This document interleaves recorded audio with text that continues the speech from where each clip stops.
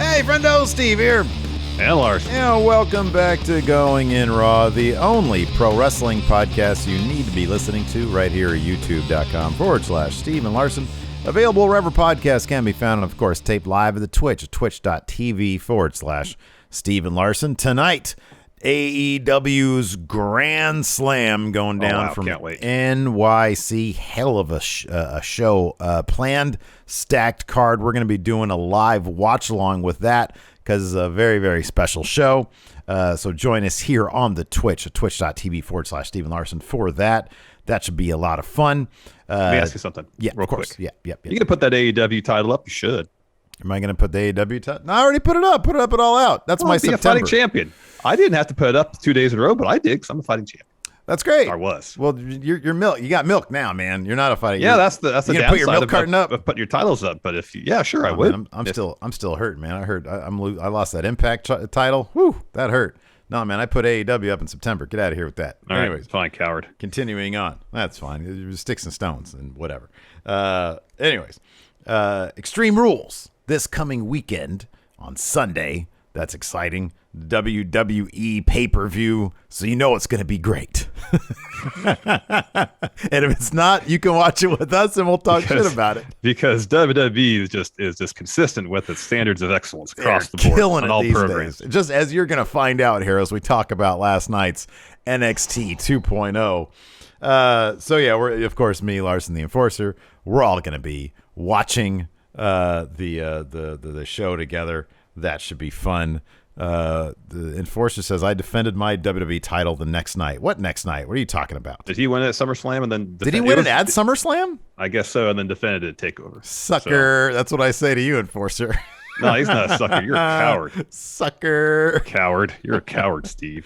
Coward. So we've got Extreme Rules this weekend. Tomorrow, we've got The Numbers Don't Lie. If you want to get your vote in on that creepy little bastard, Christian Cage, then you can do so now at patreon.com/Stephen Larson. By the way, if you want to listen to Going In Raw ad-free with bonus episodes, yesterday we did a bonus episode where we talked about 10 ideas for Dark Side of the Ring Season 4. I thought they're all pretty solid ideas. Yeah, they were great. And you can do that and get the show ad-free in the audio realm, specify in the audio realm, at patreon.com/Stephen Larson, $5. If you just want the show ad-free, none of those ads that we do, none of the commercials, and you don't care about the bonus content, pay a little bit less, $3 a month at goinginraw.supercast.tech.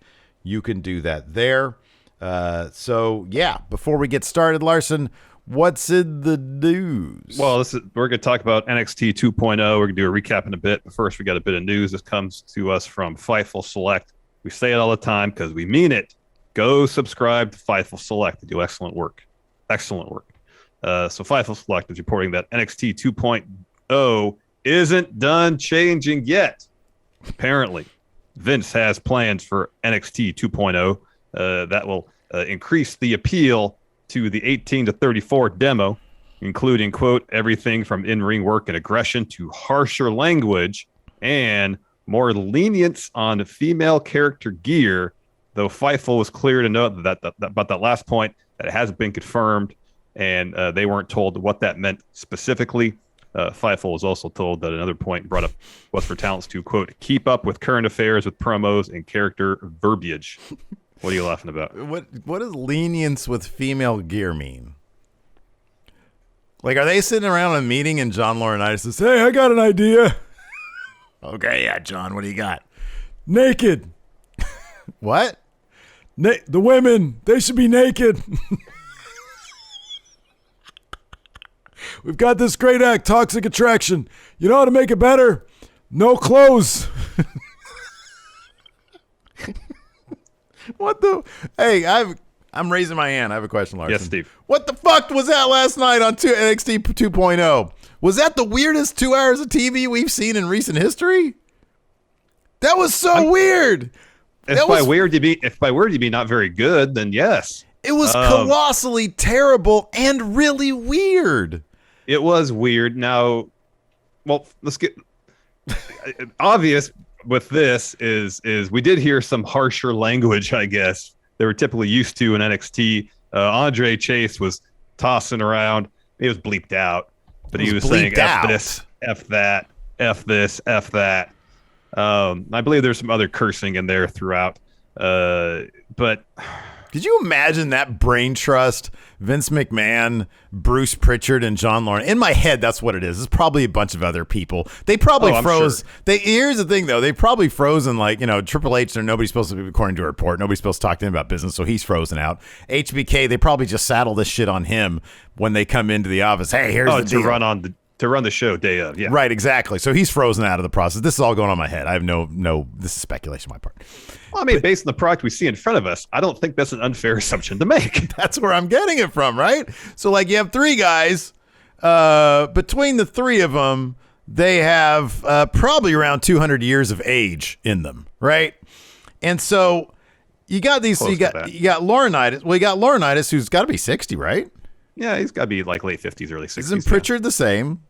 Yeah. And then McMahon, okay, so like 190 years. Okay, fine. Yeah, just a little bit under 200 years, yeah. So you got these three guys, and they're just sitting around trying to figure out how to crack the 18 to 34 or 18 to 49 demographic or whatever it is. And it's like, I've got an idea. I have an idea. What if you show a nipple on a woman? How about this? How about this? And Bruce pipes up. How about you let him say, damn. Oh. Right? How about you let him say hell? Like, meanwhile, over in AEW, every other word they say is shit. Mm-hmm. It's and then Vince, this is good. Yeah, Braun Breaker. Yeah, Von Wagner. I don't get, let's say talk shows. This week. And so, yeah, like all this edgy stuff. Hey, how about this? How about this? We'll do a guy who's one of those social justice warriors.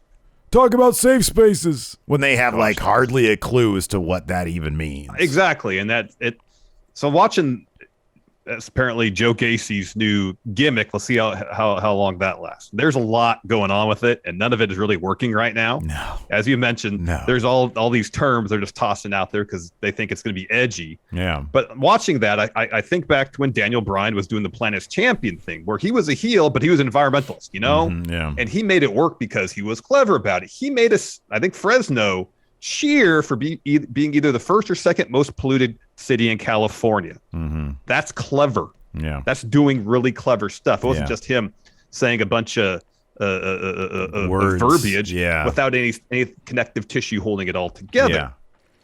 He was clever about it. I believe Kevin Owens got a U.S. crowd to chant Canada during a show. Yeah. That's clever stuff. Yeah. What we saw, and I'm not putting the blame on Joe Gacy because I don't know what the creative process is like. I don't know if this was his promo, if this was something written, given to him.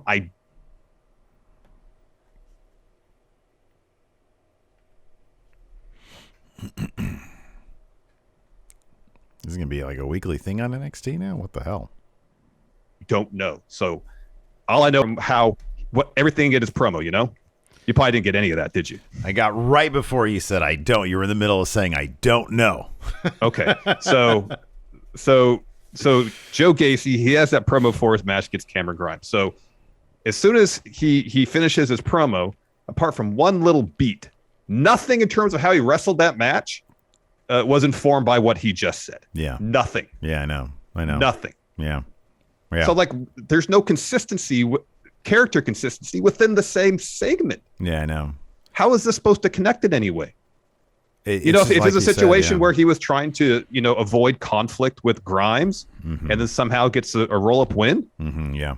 There's consistency. I know, that makes sense. There, yeah. at least, that's kind of that wasn't there. Yeah. It wasn't there. Yeah, and then good point here. Kyle here in chat says, why is he wrestling in like a Sears appliance salesman outfit?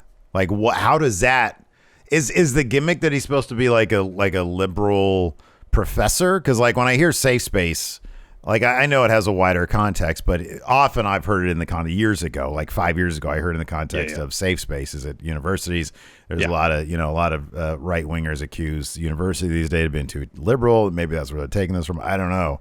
It just sounds like a bunch of vomit that they came up with, and it, like you said, none of it is connective. And remember, like a couple of years ago on the indie circuit, there was that dude who was doing like the super hardcore liberal gimmick, but it was like so over the top, and it was hilarious. And he was a bad guy because he was wrestling, I think, like down in the South, and he had like all this Clinton gear on and stuff. And it looked pretty entertaining because everybody knew it was tongue in cheek and everybody was in on the joke. And this is not that. This is just like, it honestly just feels like three hella old dudes in a room trying to concoct whatever they think edgy is. And it's terrible. Like, dude, last night last week, it's like, okay, we got, and it's sort of like last week I was like, okay, benefit of the doubt. It might be weird, it might be awkward, but I'll give it the benefit of the doubt and see where it goes. And then this week they just went full on with like introducing all these people and all these new gimmicks. And I'm like, no, because you had a ton of great talent and you couldn't just think of ways to rebrand actual wrestlers. There were 2 matches last night in 2 hours that went over 3 minutes. I'd have to look at how many matches there were exactly, but there were a lot more than that. There was like probably 7 matches. I'll count. I'm guessing there were 7. 2, 3, 4, 5, 6. There were 6 matches. Okay. The opener, which was Kushida versus Roderick Strong. Dude, that fell short, and the finish was awful. Yeah, the finish was silly. But it did go long. It went longer than it was standard. Yeah, it went longer than 3 minutes. It went standard sort of, NXT 1.0 length. And then the main event went just like 8 minutes or so. But all the other matches, it's like when you wheel out these people, a ton of them were just signed in February without prior wrestling experience. And so they all basically know the basics of pro wrestling. Like Braun Breaker has a decent belly-to-belly suplex. He can handle people because he's strong and he's got like a wide base, right? Well, I think he has an amateur wrestling background. And he has an amateur wrestling background. You could do a lot with that. Yeah.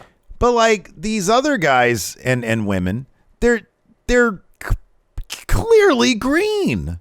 And how compelling is it going to be to see? It's so deflating to see Kaylee Ray, who just came off a match of the year candidate match with Meiko Satomura, come over here, and it's like, oh wow, finally she's here in NXT. This is going to be cool. And she has to put up with this shit from last night, where she gets in there with somebody who's just green and has a 3-minute match with them. It's terrible. It's awful. I'm sure when she got word that she was getting called up, she's like, "Oh, I'm going to NXT." Because when she nope. got the call up, it was NXT. The previous iteration. Yeah. Where hey, I can go to TV. I can probably put on a regular basis, really, really good 10 to 12 minute matches, and I get a takeover match, and I could really show what I can do. A long 15, 20 minute bout. That's great. Yeah. Instead, now she's doing these matches with, for 3 minutes or so. So watching this last night, everything you said, I agree with. It's, we kind of joked when we learned about the rebrand that NXT is essentially going to be 2 hours of watching people learn how to wrestle. Yeah. And that's what last night was. Yeah. And I feel bad for the veterans. I do too. Yeah, I feel bad for Ciampa, for Pete Dunne, for Kaylee Ray, for Swerve, for the people who have been wrestling for a good number of years who signed to be in NXT, Yeah. And they are coming to NXT with the expectation they're going to be in position where they can put on incredible matches, tell good stories, and have takeover moments. Yeah. Now, in the span of 2 weeks, a lot of that's gone. Yeah. And so I feel like, God bless Tommaso Ciampa. He's trying to make something of it. He's a champion. He's accepting that. He's trying to be the cheerleader for the brand. He's trying to a certain degree, put the brand on his back and help elevate these younger talents. Hats off to him for accepting that challenge. I can't help but still feel bad for him because I'm sure that's not what he thought he was signing up for. All right, let's take a quick break here to get a word in from the sponsor of today's show, Simply Safe. Larson, when you're like me and you have a house full of gold, talking about these championship belts I got back here, you see those? That's right. You need to keep your home safe. And I've got some big news about my favorite home security company. Simply Safe has a brand new wireless outdoor security camera that is engineered with all the advanced tech and security features you need to help keep you, your family, and your titles safe. Yeah, that's right. Simply Safe, the system that was already named by U.S. News and World Report the best home security system of 2021, has gotten even better.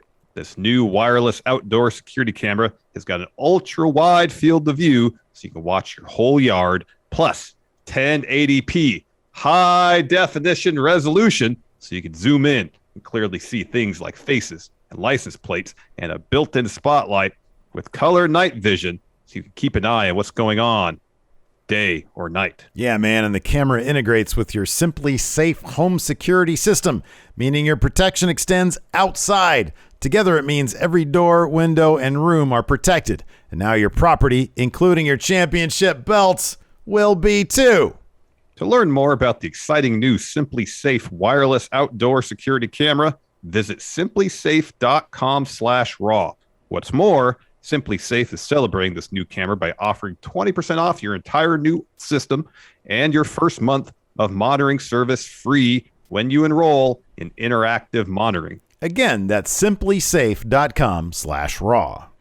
As soon as possible, have Braun Breaker squash him, lose the title, and move to Raw, because it's fucked up. He's 5 years younger than Daniel Bryan. Mm-hmm. He just said in an interview he is halfway through his career. He feels he's halfway through his career. He should be doing better things. He should not be a player coach or putting over young talent. If he puts over young talent, it needs to be because he's out the door. That's it. This dude is only 36 years. He's 4 years older than Adam Cole, who everybody understands still has a long way to go, or in terms of he has a long career ahead of him of huge, huge things. I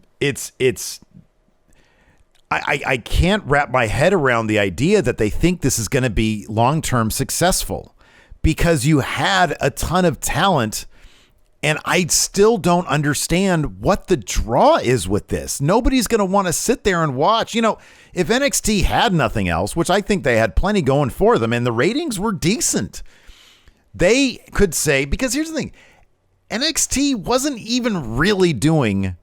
Yeah, go ahead.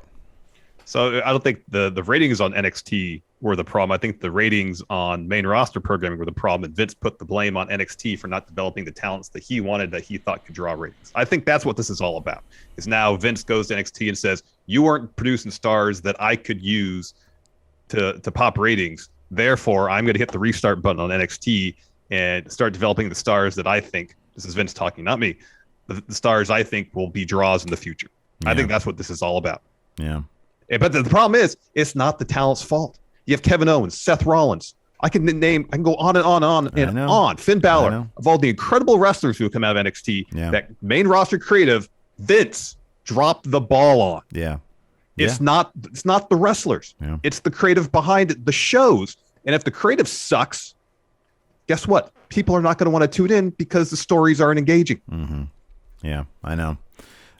It's so you can bring up Braun Breaker in a year, and Vince will be like, oh yeah, this guy, he's got main event WrestleMania. They give him crap creative. Guess what? No one's going to cheer for him. No one's going to boo him. No one's going to give a shit. Yeah. Nobody's going to care. It's, I know. I mean, I can't imagine Ciampa thinking, man, I thought that like Gargano Ciampa was the start of it, you know? And it's like, no, that was the peak. And now you're just left with this trash. Because it's embarrassing. Like, it is one of those things, man. I've mentioned this before. It's like my wife Lacey always has a habit of walking in when like the cringiest thing is happening, and she walked in on Toxic Attraction last night, and I was like, this is just such a disservice to how great NXT's women's division was. It's like, how did Mandy Rose regress so much? She was doing like good work on main roster, and then she gets to NXT and she's saddled with this shit. It's terrible. It's so bad. And it's doing a disservice to Gigi Dolan, who we both know is a good wrestler. It's so bad. It's confused. It's just weird to me. It's absolutely bizarre. And I mean, you see stuff like that. It's hard not to think, okay, this just looks like something that Vince and Bruce and Laurinaitis came up with. Yeah. You see stuff like this. But then there's like weird remnants of old NXT, and it just reminds you, it's like, wow, this is just bizarre. Well, I wonder. So I think Wade Barrett mentioned during the Kushida Roderick Strong match that match was supposed to happen in August. So yeah, that felt like a holdover from old NXT. Even the wedding last week, in a lot of ways, in terms of the use of character, felt like a holdover from old NXT, and it was probably something that was scripted before this change really came into effect. And it's like, okay, this. I mean, in a lot of ways, it felt like the swan song for old NXT. You had all the familiar players, a lot of the familiar talent that we've come to grow accustomed to as being NXT, and they have the wedding, and it goes off happily. And then, it's based on this episode, that's kind of it. And I think we're going to see this. Yeah, I was expecting the transition to be so quick. This transition of NXT as we knew it to what it's going to be. And at this rate, in about 2 weeks' time, Kyle O'Reilly, Pete Dunne, Tommaso, when's the draft? In about 2 weeks' time. Yeah. All of them gone. I hope so. It'll make me a little less bummed out because, I mean, there's still going to be some talent there. Like, I'm looking at Swerve right now on my screen. I'm looking at Carmelo Hayes, and I think those are good building blocks right there. Although Swerve, Hit Row should probably go to, like, main roster or something. Or, I don't know. Maybe they can jump Swerve out and he can go to main roster and the rest can stay behind because they're still pretty green too. But I don't know, man. It was weird. And it's one of those things where, like, I don't know if we're going to look back on it and be like, oh, this was the build. This was the start of something pretty decent, because maybe in 6 months, somebody earlier in chat asked us, where is it going to be in 6 months? And I honestly don't know. But if they do have faith in this talent and the training is all there in place, and I have no doubt they are working really hard, maybe they'll find their footing. Maybe they'll find the voices of their characters. And in 6 months, we'll have, sort of a main roster light that isn't so bad. And they can put on matches that are 10, 15 minutes long and we'll be wowed by it. It's just watching it happen in real time is brutal. It is like 4 matches or whatever it is that are all like 3 minutes long. Yeah. It sucks. It's like, why are we not just watching, like, let's just pop on New Japan Strong or even Ring of Honor, It's like, I mean, even AEW Elevation or Dark, I know a lot of matches on there are short, but they advance stories on those shows, and you get to see a lot of independent talent that otherwise wouldn't get that exposure. Yeah. I don't know. Yeah. I texted you. I was like, this isn't great. And it's giving me a headache. Yeah. Because we kind of started watching NXT when it really started hitting its stride. Yep. In 2014, I think 2015. And from then up until they made the move to the USA Network, it was on a regular basis. The one show we both of us probably looked forward to most each and every week. Yeah. And when they moved to USA, that was still kind of the case, although, AEW was there but even then, NXT, AEW, we could turn it on. We knew exactly what we were going to get. Yeah. We're going to get really good wrestling. We're going to get some interesting characters. We're going to get good stories. Yeah. On a consistent basis. We don't have to worry about, are we getting a decent Raw? It wasn't that. Are we, fingers crossed, let's get a decent NXT that actually makes sense. No, we knew week in and week out exactly what we're going to get. Yeah. Now that's not the case. No idea what we're getting on a weekly basis. It's funny because it's like, it's not even NXT 1.0. It wasn't even trying to do what AEW was doing. Like there was some counter programming, but by now at this point, AEW just does main roster type wrestling really good. I mean, that's what it does. It has big production, it has big spectacle. You got your big matches, you got your comedy stuff, you got your serious stuff. It sort of has everything for everybody. And it just does what Raw and SmackDown does. It just does it really well. There's just a difference in that. It's not a McMahon production, so you have like, a wider variety of talent, old and young. You have of experience. You have character motivations that make sense. The wrestlers have a bit more freedom. It's what main roster wrestling should be without the McMahon stuff, which sometimes can help, which sometimes makes, the attraction element of Raw and SmackDown a bigger deal, feel like a bigger wrestling show. And that's sort of what McMahon can bring to the table, is the attraction. Sometimes that's not just a joke of mine. That is an actual thing that makes things feel important. WWE can still do that better, I think, than AEW, if that's what you want or not want, regardless.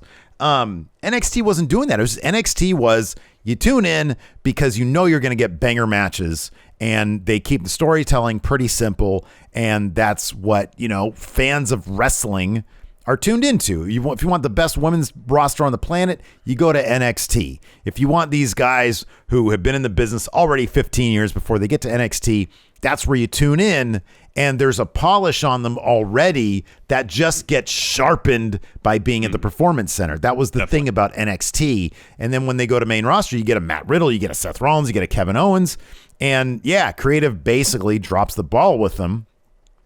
And now they're just going back to, hey, I want a bunch of Brock Lesnar's, basically. Or you want OVW from 2001, 2002. Yeah.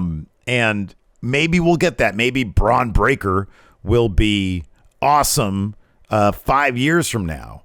But in the meantime, we got to sit through Von Wagner matches, whatever this Tony D'Angelo thing is, which just seems to just keep on getting worse and worse and diving deeper into stereotype. It's off-putting for fans of NXT, but I'll say this. I will say this. It's going to be funny at the very least, because so much of this is unintentionally funny. It's like thinking of McMahon and Laurinaitis and Pritchard, even if that's not the brain trust of 2.0, it kind of feels like it is. To see them try to figure out how to be edgy might be kind of hilarious. And then to figure out where the hell is Triple H going. Honestly, man, I'm kind of with his buddy X-Pac, who said that dude should just pack it up and leave. like who needs this kind of shit? Mm-hmm. Mm-hmm. Yeah, to think all the time and energy that Triple H invested in building NXT into, not exactly a brand on par with Raw or SmackDown, but a unique brand. Mm-hmm. It was its own thing. Not that it couldn't have been in terms of, it could have been. WWE, put some marketing muscle behind it. It could have been. It definitely could have been. Yeah.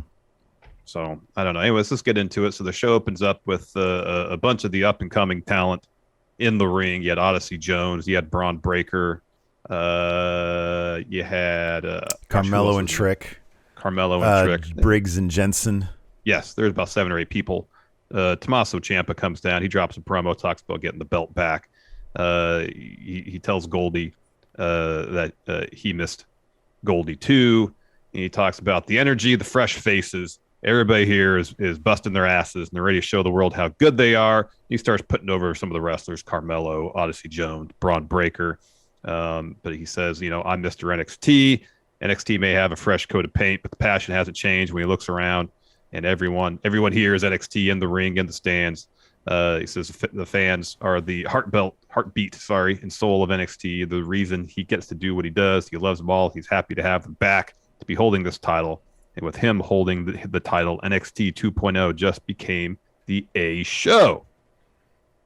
So Cameron Grimes comes out and says, I like this energy. It's got me fired up. But with that NXT title, I'll have the rocket fuel to go to the moon. So everybody just starts talking over each other. Joe Gacy starts talking. LA Knight comes out, interrupts, says, all these incels should be chanting at me. You deserve it. Odyssey Jones interrupts and says, dude, you lost twice in the same day. Pete Dunne and Ridge Holland come out. Dunne says, here we are, 2.0, all these new faces. Let me give you a piece of advice. And he calls back to what Triple H told him at the beginning of the UK tournament years ago. He says, make a name for yourself. I look around and all I see is a bunch of geezers afraid to throw the first punch. And so Tommaso Ciampa punches him. Big brawl breaks out. By the end of it, Braun Breaker and Ciampa are the last men standing in the ring. They cut to backstage. Kaylee Ray, was it Amari Miller? Yeah. And B-Fab and Elektra Lopez. Right. They're all brawling. Back in the ring, the guys are still kind of brawling, but that was weird. They cut back, just they do a second take and forget it was live or something. I guess. Like, because it's like Ciampa and Holland were back in the ring and they get thrown out again. Yeah, it didn't make any sense. And, it didn't make any sense. Just this Holland and Dunne just look like chumps. Yeah. So Braun Breaker gets on the mic and says, how about you two grow a set and challenge me and Ciampa to a tag team match tonight? And Braun totally sounds like a little bit like Scott Steiner. He does. Yeah, totally. He does. Yeah, he does. After that, we had KUSHIDA versus Roderick Strong. This is definitely an August 2021 match here in September. It felt like 2/3 of what we would have gotten in August 2021, and then the finish happened. Yeah, it was just a bunch of interference and distractions from the Diamond Mine. Superman Punch, I think, from Ivy Nile to KUSHIDA. They bring him back in. Roderick Strong hits an end of Heartache and wins the title. So your new NXT Cruiserweight Champion, Roderick Strong. Oh, but Roddy doesn't get long to celebrate because Grayson Waller comes out to the stage, and he's like, hey, I'm not going to sit around and wait for an opportunity. You would hear this line several times last night. I'm not going to sit around and wait for an opportunity. I'm going to take one. I'm going to challenge you to a title match next week. So Malcolm Bivens confers with Roderick Strong for a bit, says, you're on. Diamond Mine's going to show Waller why they run NXT. Yeah, last night it was just Vince took that one John Cena debut Ruthless Aggression segment and made an entire episode out of that. You're absolutely right. So after that, hey, Tony D'Angelo. So bad. Talks about so bad. He talks about. Let me get to your notes because I was laughing so hard. I did it right. I literally wrote like one sentence. Yeah, it says here in your notes, his family had investments up and down the East Coast, and my Uncle Paulie used to say. So I do remember this part. Uncle Paulie used to say there are two things that are important in life: family and business. And now I'm adding the third thing to that, and it's my success in NXT 2.0. Hey. It's so bad. Also so bad. Next, the origin story of Briggs and Benson. Jensen. What? Jensen. What's his first name?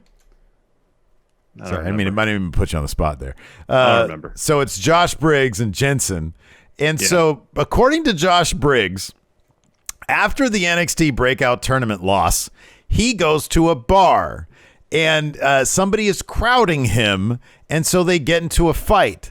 That's Jensen. And they've got some really cheesy security footage of the lamest bar fight I've ever seen. You can tell it's staged because the bartender does nothing the whole time, other than her job. Clearly, none of these people have actually witnessed a bar fight before. It's like the most like a Sunday afternoon church service bar fight you'd ever see. And and now they're a tag team. Josh Briggs talks like it. They both look like. It reminds me. I watched an episode. I don't know why this was on TV, but like Hill Street Blues had like they were trying to break up some gang fights, and David Caruso was like the leader of an Irish gang, but they looked like they were dressed out of that movie The Warriors. Like it was, I was like, no gang has ever looked like this in real life, and that was Hill Street Blues. Hill Street was supposed to be like gritty, like reality, and it was like totally terrible. These guys look like they were bar fight guys from an episode of the '80s TV. Mm-hmm. Josh Briggs looks like he's never. Maybe he loves bar. I don't know. He looks like and acts like he's never set foot in a bar in his life. He's all clean and proper and stuff, and I'm like, these guys look like what is it? Central casting they used to say. Like they don't look. None of it feels real at all. Yeah, that's the thing. So much of it doesn't feel. It feels so fabricated, you know. And that's part of the problem with Braun Breaker's name. I mean, even outside of who his dad is, we know what his name is, and it seems like a no-brainer to capitalize on that to help push him. Mm-hmm. But like, there's nobody in the history of the universe, the multiverse, who would ever have a name like Braun Breaker. I know. It makes zero sense. Well, remember Bruce Pritchard's the guy who thought that they shouldn't ever refer to Diesel as Kevin Nash. They thought they should refer to him as a truck. Nobody cares about Kevin Nash. They care about Diesel. That's the philosophy. They want to go back to 1995, and that's where all this bullshit comes from. Yep. It comes from the low point in professional wrestling history, in WWF history, when they did the worst. They want to go back to that. They'll go back to the early 90s, yep. And it's weird. Why Just wait to the vocational gimmicks, although I guess Andre Chase is kind of that. Yeah. So that was the origin story of Briggs and Jensen.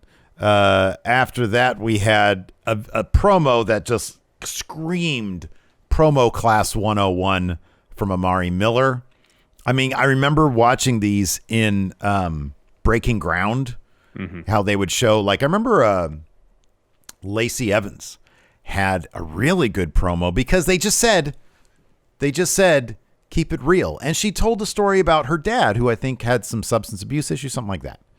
And people were crying but it was real. It was like real. And that's the difference here, is that nobody comes off as genuine or real. They're all just taking these weird character concepts and trying to jam them into these people.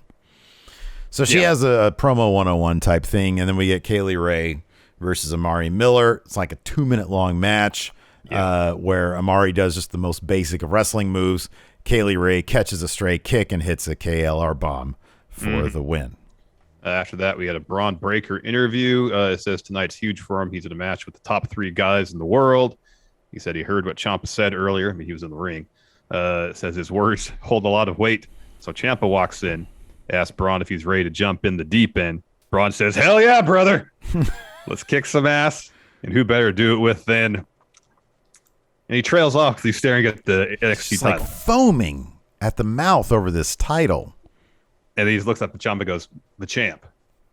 It's just it's a whole bunch of Dan Mathas. I mean, NXT they ridiculed this. They satirized this beautifully with Dan Matha, because that's all Braun Breaker is. He's just Dan Matha. Yeah, gosh, the Dan Matha storyline was great. After that, Zion Quinn, who has a great look, by the way. If they're going to push anybody, push him.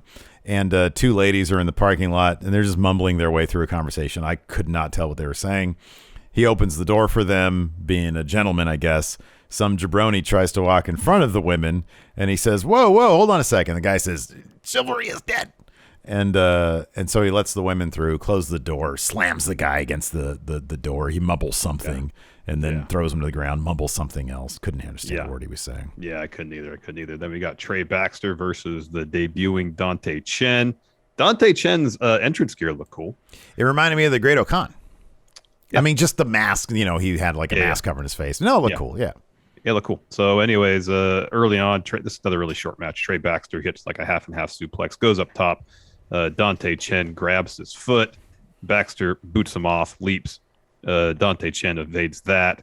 And then Trey Baxter tries to roll him up. Chen rolls through and counters with the finish that is kind of like Angel Garza's wing clipper. A little different, but more or less the same thing. Yeah. Got that for the win. Instead of a full Nelson, it's a headlock. Right, yeah, it's a headlock. That's the difference. Otherwise, the same thing. Yeah. This was probably the highlight of the show for me, and not. It was saved by the cursing. Otherwise, I'd have been meh. I think Andre Chase was pretty good in this. So it's Andre Chase University, and he's giving his class a presentation on Odyssey Jones. And he says, look at this, he lost in the breakout tournament. Look at this face right here. It's not the face of a winner. It's the face of a loser. And one of his students raises his hand and says, yes, what's your name? He says, Steve. And he says, didn't Odyssey Jones beat you?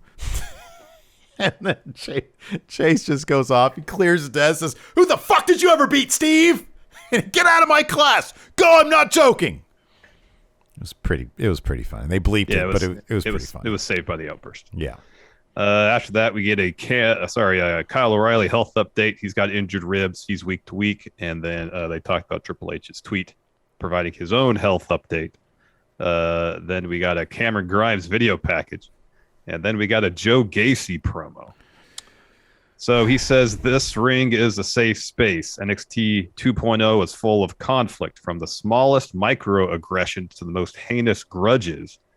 This is a place where they settle their disputes.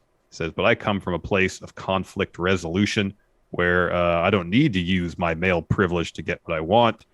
He continues, I understand that life isn't fair. I believe we can achieve unity and tolerance for us all.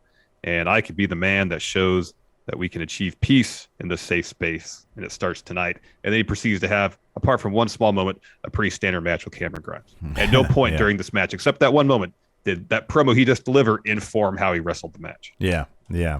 So Grimes wins this with a gnarly-looking cave-in. After the match, Gacy goes to hug Grimes. Grimes pushes him away because he thinks that's weird.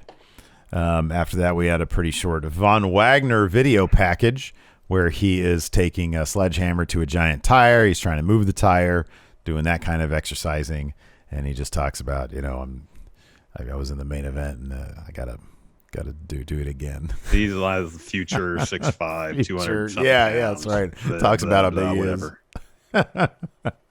After that, we had Elektra Lopez versus Anna Scheer, who was Tesha Price in AEW. Apparently, she had quite a few matches on Dark and Elevation. Now she is NXT 2.0, but Lopez dominates this like maybe 3 minutes long. Maybe. It was short. It was really short. Afterwards, Santos comes out, puts her over, says she has fuego, and commands respect, and talks about a bunch of other stuff. It says all this is under one word, familia. That means family. She gets on the mic, says, what I did here tonight was just a taste of what the First Lady of Legado del Fantasma is going to unleash on BFAB and NXT 2.0. All you got is talk, and if you don't like what I got to say, get your skinny ass out here. So Hit Row come out on the stage, but missing is BFAB. She comes from behind, sneak attacks. They fight. Of course, they don't want to get mixed up with the ladies, so they just sort of let it happen.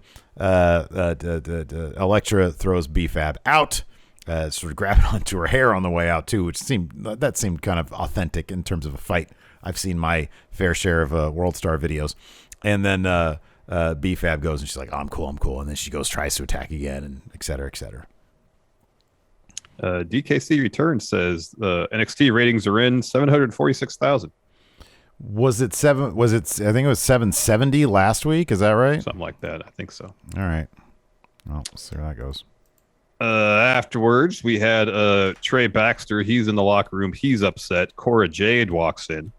I think that she said, "Hey, we've been together for a while." Says that guy you faced, Dante Chen. He looked like a superhero. Just cheer yourself up, and then kisses him. Yeah, they're a real couple. Yeah, and then she leaves, and then Baxter just goes, superhero.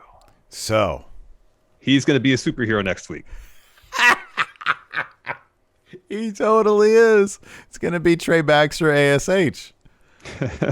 It's so, I just feel, I'm like, oh, no, man, no. Oh, God, how bad is it going to be? It's going to be really bad, isn't it? It is going to be really bad. After that, superhero. After that, we had the Frankie Monet group backstage.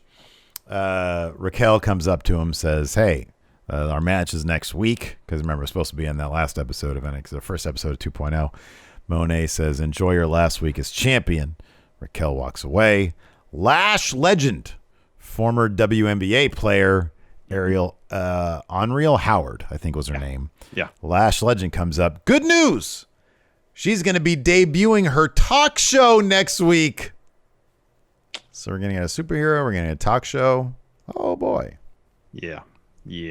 After that, we had Odyssey Jones versus Carrie Millman and Darren Chiapetta. As expected, Odyssey Jones dominates, but about halfway through, Andre Chase makes his way out to the ramp to try to distract Odyssey Jones. Doesn't work. Odyssey wins with the frog splash on both his opponents, covers them both to get the win.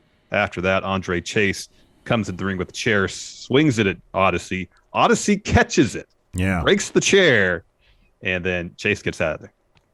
Yeah, I wonder if that the back and the seat of that was actually gimmick, because I've never seen that happen before. That was kind of cool. That was cool. After that, Waller, what's the first name? Grayson Waller is backstage with two dudes. Hayes and Carmelo Hayes and Trick Williams roll up. He was like, "Hey, I got my contract." And earlier during Ciampa's promo, you could also see Hayes looking to the contract and looking at Ciampa's title. So he's really giving this a lot of thought. Mm-hmm. And he says, he's like, "Hey, man, even if you win your match for that title, I could just cash in. Apparently he thinks it's Money in the Bank. I could cash in and take it the same night. So, yeah. Then we get a quick Ikemen Jiro video package that was really cheesy. Style strong, not strong style. But I think it intentionally so.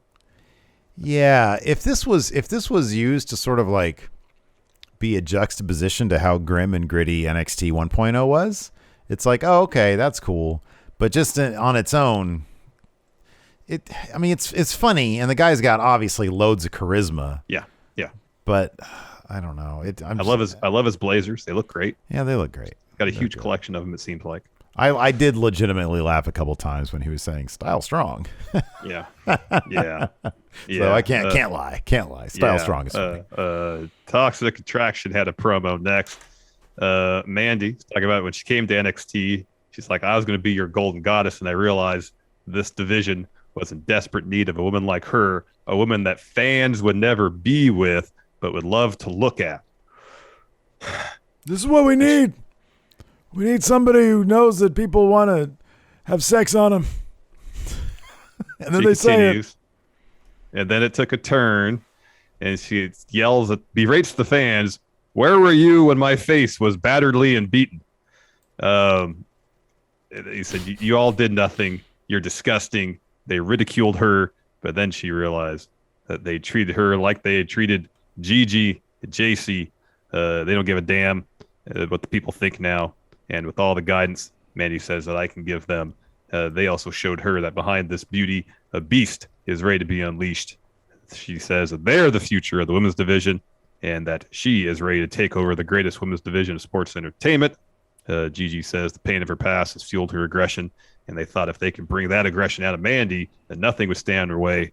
But chaos without direction is something. Anyways, but she says her and JC still need a direction, and Mandy's experience brought them purpose, and that'll lead them to the top of NXT. And JC says, again, we're not going to sit back and wait for an opportunity. We want the tag titles, so they challenge Io and Zoe Stark. Yeah, meanwhile, Io and Zoe are backstage watching like the episode of Black Mirror, probably to them. Io says she wants to fight them because she doesn't like them. So he says, hold on a second. Shouldn't we talk about this first? And then she's like, wait, do you like them? She's like, no. And she's like, do you want to fight them? She's like, yeah. She's like, what's there to talk about then? She's like, yeah, but it's the principle. Zoe's booked as like the most annoying person. And then Persia comes up. And again, promo 101 stuff. Although I thought she had some experience on the independent circuit. I thought she was somebody. I don't know, man. It's one thing to have experience in the independent circuit. If you're given a script day of, it's like, go do this. Yeah. That's a whole different skill set. Walk out there and just talk these lines that you don't really have any conviction behind. So it just comes off as awkward. I don't know. She was a ruthless aggression moment there. Everybody, yeah. I want your titles. Then we had, thank God, the main event. Pete Dunne and Ridge Holland versus Breaker and Ciampa. This was like the tale of two matches, man.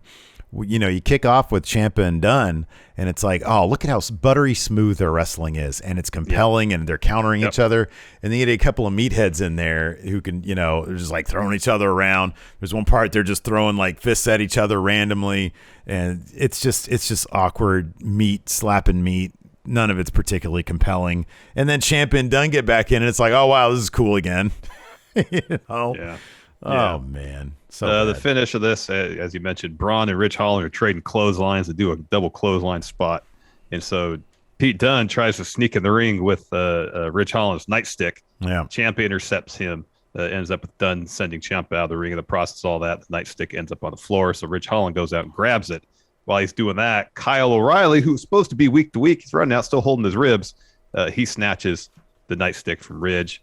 I think he kicks him, puts it back in the ring. And then Ciampa hits Pete Dunne with Willow's Bell. Braun then hits his finish on Ridge Holland to get the win afterwards. The ref's trying to give the title to Ciampa. Braun takes it from him. It turns to Ciampa, and he's like looking at the belt. So then Ciampa tries to take it out of Braun's hands. Braun won't release the grip. So Ciampa kind of playfully slaps Braun on the shoulder. Braun lets go. Ciampa takes the belt and raises their hands to close the show. Will Braun be champion before or after December 31st of this year? I'm tempted to say before. Interesting. I'm tempted to say before. I mean, because you'd think this story would make it inevitable, right? Yeah. Yeah. This is So like how the long, one. How long This can is they? kind of like the one story they're telling in Yeah. well, this and Legado and Hit Row are like two stories they're really telling in NXT. Is Legado and Hit Row feud going to be done before or after December 31st of like 2 years from now? That's a separate question entirely. Because that shit is never ending. Like, just put them in war games already. Yeah, I know. Anyways, let's go ahead and answer some questions. Load some questions up here on the Twitch. I know I saw a couple of good ones here while we were doing the show. So some of you who had some of these good questions, load them back up. Let's see them so we can answer them on the show. Super Volteca says, love you guys since the 10 for the Win days. Had no idea you were still making content until New Legacy raid you after the amazing charity stream. Legit thought you quit making videos after you know who collapsed so you can focus on taking care of your families. Yeah, Machinima. But now I'm here and I just got gifted a sub. Love you guys. Well, welcome back, Super Volteca. Thank you very much. That's really cool of you. Yeah, man. We've been doing this for a really long time. And, we had to pivot 6 years ago. Pivot. Jeez, yeah, over 6 years ago. That's crazy. Boy, time flies. 4-inch Fox says, do you think we could see an appearance from Rick Steiner in the future to support his son? Maybe if they do, maybe if by the end of the year they do a takeover where it's like, hey, we've all been practicing a match. Let's go ahead and roll out Hit Row versus Legado blow off. Practicing a match. Ciampa versus Braun. That's all you can expect now. It's kind of like Bama's Cheer.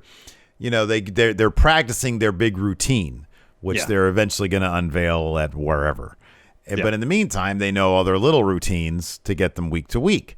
Maybe these are all the little matches. They're all practicing for their big performance takeover. Totally. No, you're right. Bennett Houseman, NXT on the WWE Network was what got me back into wrestling, and now both things have changed for the worse, in Bennett's opinion. Does DKC, do you have the demo number? I wonder if the demo is... Oh, let me see if it's up. Oh, 0.20. NXT 2.0 did 0.20. 0.20. So that's down from the 0.21, slightly down, but it's still better than the 0.14 it was. So it was 11th for the night.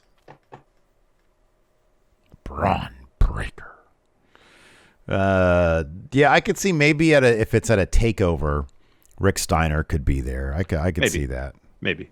He's a normal dude. Kyle, early predictions on how long Raquel versus Frankie Monet will be next week. They're both veterans. That should be at least a 10, 12-minute match. Yeah, Frankie Monet's been doing this for days. And Raquel is actually a lot newer than Frankie Monet is. They should have a pretty banger match. That should be good. Let's see here. David Matushek says, do you think that the overload of debuts could help or hinder the familiar territory that NXT is so known for? I mean, in terms for us, obviously we have some issues with it, but for bringing in ratings, I don't know. I don't know if it's the kind of thing where is this like a true test of like a brand loyalty? Their floor is usually, or their low points usually around like 6.5.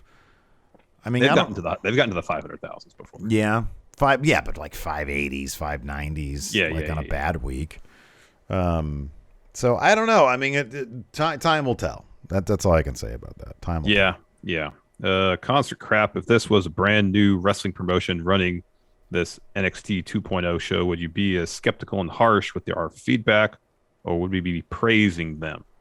In all honesty, if this was a brand new promotion, I probably wouldn't have even watched it because I don't have the time to watch it because I'd be watching NXT instead. I mean, I'm just being honest here. If I think it got good buzz, I'd check it out.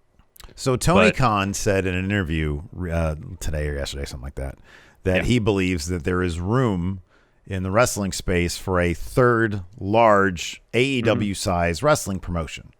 I have no idea if that's true or not, but if this was that, let's say this is just crazy alternate universe stuff, right? Sure. Triple H went to Vince, said, "Hey, Dad, I've gathered some investors. Let me buy NXT from you." Yeah. No, that's not a good alternative. No. It'd be a situation where, if he said, "Dad, I quit," and then on his own went and got investors and started his own promotion from scratch, But then he would have done this. It'd be super metal. It'd be what NXT was. Yeah. So like completely out of nowhere, a new promotion starts up. You know, maybe they signed a couple well-known names. You know. Yeah. On par with Ciampa, Gargano, so on and so forth. Not those exact names, but comparable, whoever you want to say.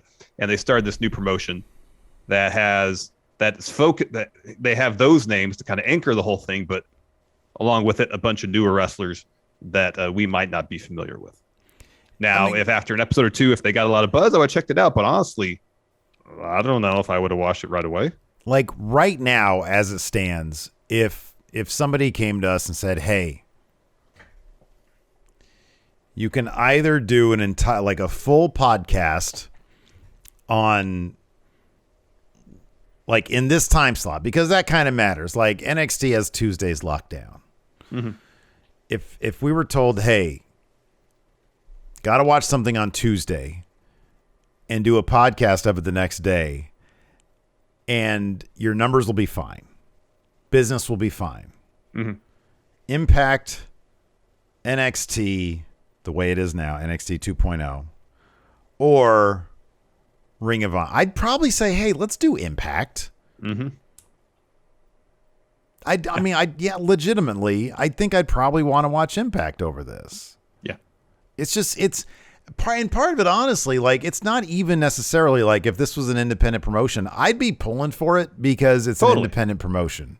We always say the more places wrestlers can go and make a living wrestling, it's better for the industry. 1,000%. What's so deflating is that WWE released Bronson Reed. Murphy was released, right? Yeah, he was released. Mm-hmm. They released a ton of names that have been in the system for a while. And as opposed to, one of the things that really bugs me too is that as a viewer, let's say I'm just a viewer of NXT 1.0 and I'm not reading Meltzer, I'm not on Fightful Select, I'm not a Going In Raw fan. I don't care about that stuff. I just care about what's on my TV. Mm-hmm. What the hell motivated this change? We were never told. At no point did Regal ever say, "Hey, everybody, we're going to go through some changes here at NXT for reasons why." Like back in the day, they used to like have a new authority figure would come in. There's new people, like it'd be part of the story. And so as a viewer, I would understand why the hell this is different. I'd understand why all of a sudden there's like 15 new faces and a bunch of the guys that I liked are gone. They didn't even bother to do that. Nope. And that's what's so infuriating. It's like they just take for granted that we're going to stick around for the ride, that we're going to be cool with these random ass changes. Yeah. Yeah, I know. And I mean, just to continue real quick, if it was a brand new promotion, like literally, if we already have to watch all WWE's product in AEW, like 2 more hours a week of watching an upstart promotion that got off to somewhat of from a creative standpoint, a rocky start. For us, from a business perspective, and just in terms of managing our time, it would be a difficult decision to make. So, I'm going to sacrifice something else. Yeah, to focus on this. If I try to keep up with Impact. I know you said that you haven't watched any since the Twitch thing. Yeah. I've watched 2 episodes. I'm going to try to watch them on like Friday mornings. But if I can't, I can't. And I'm not like worried about it. But I would like to. Ring of Honor has some interesting talent there, and I would like to watch it, but I don't have time. MLW, I don't even know if MLW is running Fusion anymore, but MLW has a really interesting looking product. They're doing some cool stuff over there. They got some really great talent there, too. They got some really great talent. But, we don't really have the time. We watch NXT UK because it's a fun community engagement thing. But, yeah, if this was its own thing, I'd just be like, I'm not into that. Mm-hmm. Mm-hmm. Enforcer says that Chase U was like Bobby Knight vibes with the red sweater and tossing around chairs. Yeah, I can see that. Graz with sub for 9 months says, thank you, Graz. Thank you. Moses Supposes says, if you could bring one wrestler from AEW to NXT 2.0, who would it be? A wrestler from AEW to NXT 2.0? Yeah. Christian, no. Brian Cage. His outfits are always very colorful, and That's true. He would kind of fit in. He's sort of what they want 2.0 to be, and I don't know how old he is. 10 years. He's in his late 30s. Yeah, so like 10, 15 36 years. and 37. Yeah. Scooter says Grand Metalik requested his release. I saw that on Twitter before we started. Yeah. Yeah. Let me get this one in. The real Chestnut, is Raw going to get good because all the bad ideas are being absorbed into NXT 2.0? What if they're putting all their focus of like shitty ideas, all the stuff that they really like, is NXT 2.0 Vince, Bruce, and John Laurinaitis unfiltered? It feels that way, doesn't it? It totally feels like that's just what they're doing. That's their vision of what they want professional wrestling to be. Yeah. Just pure. White Brownie, with Kushida losing his title and both Io and Raquel possibly losing their titles as well, is it possible they will get called up during the draft? Anything's possible. Do you see Raquel losing her title? No. Because they already kind of teased a next feud for Frankie Monet with Lash Legend. Yeah, maybe. I don't know how I feel about that because Raquel wasn't even on last week's episode of NXT, and she was barely on this week's episode of NXT. Mm-hmm. So it's possible she's headed for the draft. She's ready for main roster. She should go to the draft. Frankie Monet should be on the main roster too. That's true, but I wonder if she fits into 2.0 a bit better than Raquel does. Rocco, is anyone we are seeing in 2.0 right now going to dethrone Roman? I feel it just watching that we're getting a Cena, Reigns, etc. push for Steiner on main. Yeah, I think Braun Breaker will get a huge push, but she's going to be in NXT for a while. A couple years. You would think so. But I don't know. It's kind of early to tell if any of these guys are going to be the one to get Roman out. I think a lot of them I see potential to be, like face of the company in 5 to 10 years. Like, I don't know about Steiner. I guess it's possible.